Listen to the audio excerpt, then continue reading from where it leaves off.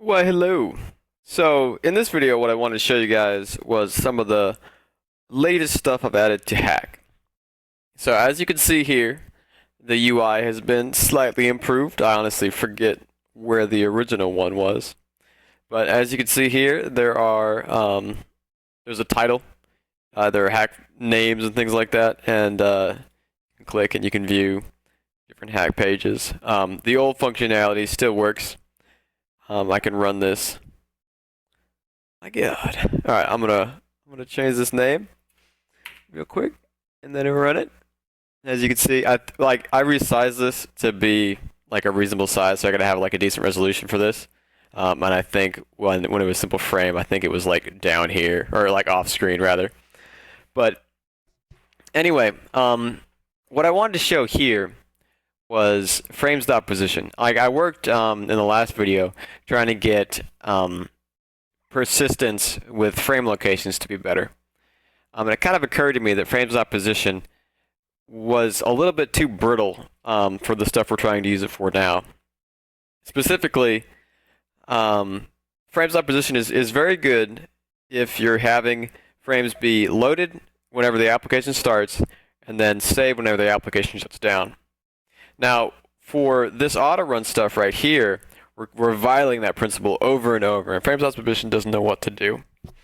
And you can see this pretty obvious if I click auto run here, and then move it, and then try making changes, which would execute the script again. Frames.position is going to move the frame back to the center. That's because since frame.position is only saving at the end of the application, any state right here is being lost. It's essentially loading whatever this place was at the very beginning. A small detail as well that kind of annoys me is the call for frames.position is kind of odd. For example, I have to pass an anchors.center as just a curried function that'll be invoked in case there's no simple frame provided. So there's just, and for another thing with frames.position is I have to have a frame name. Frames.position doesn't know how to refer to frames using other means like a numerical index or anything like that. And the reason for that is just frames.position is too global. So what I wanted to do is I wanted to show you kind of how I tried to fix this. So I'm going to turn off auto run real quick. I wanted to have essentially frames.position work, but not have it have this crap. I want it to just be something like this, where if frames.position, if it can't position it, then I want it to be centered. Or rather, I'll have it share the left side over here, just so it makes more sense. So I want that, and this code won't work. I actually don't know what would happen if I ran this. Yeah, I get errors, as you can see. But the problem here is that frames.position is just not well made for this. So what I did is I wrote a different class or a different namespace called recall. And recall is designed to be invoked using this kind of auto run style functionality. So, and I think, let me take this out real quick just so I can make this, yeah, there we go. And then reset it. So what I want here is to use recall and to kind of demonstrate how recall works and things like that. And what recall requires is it requires a context, and it also requires a frame name. And what it gives us is it gives us an ability to save a frame at any moment. So let me just go and show you a script that I prepared that demonstrates what recall without position does. So you can see here, recall.position is down here. That's the invocation. And like I described, it takes a context, and the context is just essentially a table that it can save stuff to. That recall position knows what's inside it, essentially. And it's still using persistence, which is where we're getting this context from, because we obviously want, and I'll run this real quick. Yeah, you can see. But we obviously want it to be persistent beyond sessions. So we don't want to lose anything that frames.position gave us. So, and as you can see down here, I'm able to get this conditional that I wanted.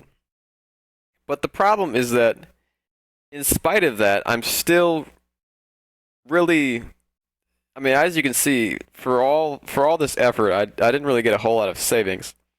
It would be nice if I could take this code and essentially put it into a function or something like that. And while I could do that, there's lots of little idiosyncrasies that are going to make it be problematic. For example, I would have to pass in the name. I would have to pass in this context or have it generated from the name. And then I would have to somehow manage to get this undoer. So the goal of what I'm wanting to have is I want to have what I showed earlier, where I'd have something like this. That's what I'm looking for. I want all this code to go away. Now, most of the stuff can be put into function, but this function call is real dubious. So what I wrote is something that would be aware, or something that would essentially allow me to introduce things like this into hack scripts. And what it does is it essentially takes this function call and modifies it so it becomes this. Specifically, it does three things. First, it automatically handles this saver for us. It basically calls undoer automatically. Second, it takes this context and auto-generates it for us. Specifically, it uses the script's name and then creates a persistence table automatically for us. So we don't have to have any of this code right here. Third, it creates a numerical index for this frame. Now, if this was global across the entire application, then a numerical index would be too unstable for us to work. However, within an individual hack script like this, we're able to use numerical indices and things like that with relative certainty that they're going to work just fine. Of course, recall.position can, as you can see here, take a frame name and work just fine using it. So, and kind of the big piece that is able to do this is the ability to load this code from a hack script. So let me show you what I just described essentially. It looks something like this. As you can see, recall is modified. There's a function that takes the original recall function and changes it up. And then there's a persistence right here. So this is doing what I was talking about with recall.position. Now the question is how to get this code into, I think it was in super recall. Yeah, into this. And what I ended up doing is I ended up writing a little command line up here. Now the command line lets us include and kind of require other hack scripts, but do it in a flexible way. So for example, this super recall that this recall that I just showed you, like it takes two arguments right here. And it takes an environment and a destructor. This destructor is similar to the undoer that I was talking about earlier, and this environment is a Lua environment. Specifically, if I invoke it from super recall, it's this Lua environment. So, and I won't go over this code because it's pretty hairy, but the key is right here. This is essentially setting a global inside the other namespace, inside this other script. So when that script runs, this stuff will run as well. And just to cut to the chase, this is how you would do it. Well, for one, I don't need any of this code, so I'll take that away. And then I want to use recall. I want to use recall, so I'll just type that. And as you can see, it's added right here. This isn't a line of code necessarily. It's just I call them commands, but they're kind of transformations. This use is especially transformational, as you can see in how much it did before. But just to prove that I'm not bullshitting you guys, you can run it here, and it moved back because it just had to load this the first time. But as you can see, I click run again, and I turn on auto run just to make sure I'm not messing with you guys. But as you can see, the position is saved, and this is different from what frames.position was doing earlier. Frames.position, let me just to show you. If I change the code here, it's going to move back. You see? So, that's what this is getting us. I also think the API itself is a lot cleaner. I mean, it's real it's real explicit in what's happening, and you can pretty much know exactly how this code is going to function. Whereas with frame.position, it was just too crazy, too crazy. So I thought this was pretty cool. I mean, it's able to essentially use recall, and this use recall is actually using this script. It's not something that's like esoteric. Use there's two parts to the invocation of this. There's the recall, which is referring to this script, and there's the use, which is essentially saying how I'm going to call the recall script. In the case of use, it passes in the environment. Use scripts are meant to really kind of tinker with the mechanics of a script, which is why it passes in the environment itself. So, and again, I don't want to go over this code too in depth because most of it's pretty hairy. It's just, but the idea is that this kind of stuff is able to be done. So I thought that was pretty neat, and furthermore, it really cleaned up this code. I mean, it's like I love this part. But, and by the way, I want to mention this real quick before I forget. I also added auto run here, and it's just the same as this auto run, with the exception that it has to be run first. This auto run, when you click it, it'll actually run it immediately, whereas the other one, this one won't. And that's not a permanent thing. That's kind of a little quirk. But so yeah. Well, that's neat. One thing that kind of irks me is that use is not very intuitive. You get an environment, you make crazy changes and things like that. So I mean, other than doing real in-depth development, you're probably not going to be using use that much. But for code like this is kind of neat. You know, I mean, it's not real heavy, but you could imagine if you had something a little bit more complicated that was setting up this frame, you'd probably want to be able to use this code elsewhere. Now, the common way to do that would be to either make this f a global, or wrap this in a function and then return stuff. But I don't see why there's a need for that. You already have it right here. And notably, we could return something right here. So, I'll turn off remove right now, or auto run. So now this has become what I call an asset, which is, it's really just a function, right? I mean, looks exactly like a function you write in Lua. The difference is that it's simpler by a little bit. But the real benefit of it is that I could make another script. Let me just make one real quick. Oh, and by the way, the way to make new hack script is not 21st century, but let's say I want to make big frame. You know, and basically what I want is I want to use super recall, but I want to make it really big. So what I would essentially be doing is I basically copy this, stick it in there, but I don't actually need to copy that. You know, and let me just start the code real quick. So essentially what I'm looking for is this. I want to have f, right, which would just be the frame name, and I want to change its size, so it'd be frames dot, size, and I want to make it 300. That's the only thing I want to have. That's all big frame is going to do for me. And I want to use super recall to do it.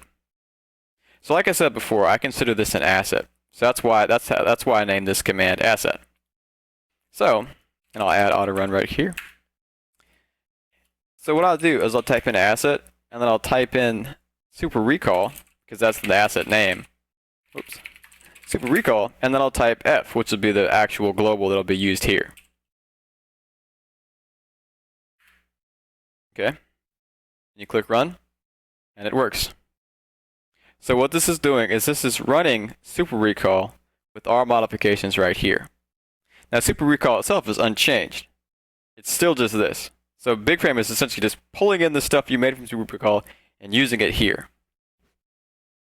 Now another point that I want to make is that auto run is working right here. So obviously this works. But even more importantly, it still works in super recall itself. So if I wanted to change the color in super recall to yellow, it would work. So that's the idea. Like, you would be able to create a dependency hierarchy, or however you want to do it, of these frames, and as long as the changes are stable, Or, I mean, ignore that part. But I mean, for the most part, it'll just work. I mean, and the only times it doesn't work is when there are bugs. Um, but the idea is you can have a script like this, be pretty satisfied with how it's turning out, then just add return, and then use it somewhere else. So, I mean, I think this is pretty cool. And as far as what I want to go from here, there's a few different directions. For one, I mean, there's a few other commands that I think could be useful that I probably want to add. I can't think of any right now, but I mean, I'm sure there's some. I mean, for example, there's a couple other commands in Lua environment itself, such as like a lazy, which is essentially you have this asset right here, but it'd be lazy. So if you don't actually refer to F, it would never actually call super recall. So like that's one interesting piece that you could add in that would kind of simplify code or kind of give you more flexibility. And another kind of angle to take, right now we're seeing asset super recall right here, which is called super recall. But there's really no reason why this has to be code anymore. I mean, other than the fact that it's nice, we could just as well have this be something else entirely, like a form or something like that. Similarly, big frame could take a frame and then have its own form to modify it, and then be passed on to some other chain. So the idea is that assets are essentially taking away the restriction to have code. Because since they're referred to in these commands rather than actual Lua code, though in practice it'd be kind of the same, we can kind of branch out in whatever direction we want to take it. Furthermore, since we have a dependency hierarchy, for example, I can make changes to super recall and big frame itself will be changed. We're able to really have lots of instant feedback and lots of robustness as far as how things are changed. We're not going to end up, because if you tried to write this kind of code where like reset everything and bring everything back, you'd end up with lots of like dummy frames and things like that, and you'd be clicking reset a lot. So having this stuff kind of wrapped up, I think is really nice. So I'll just cut it off right there. But I just wanted to show you guys some of the stuff that I added, especially these commands here, because I think are pretty interesting. So, all right, thanks for watching.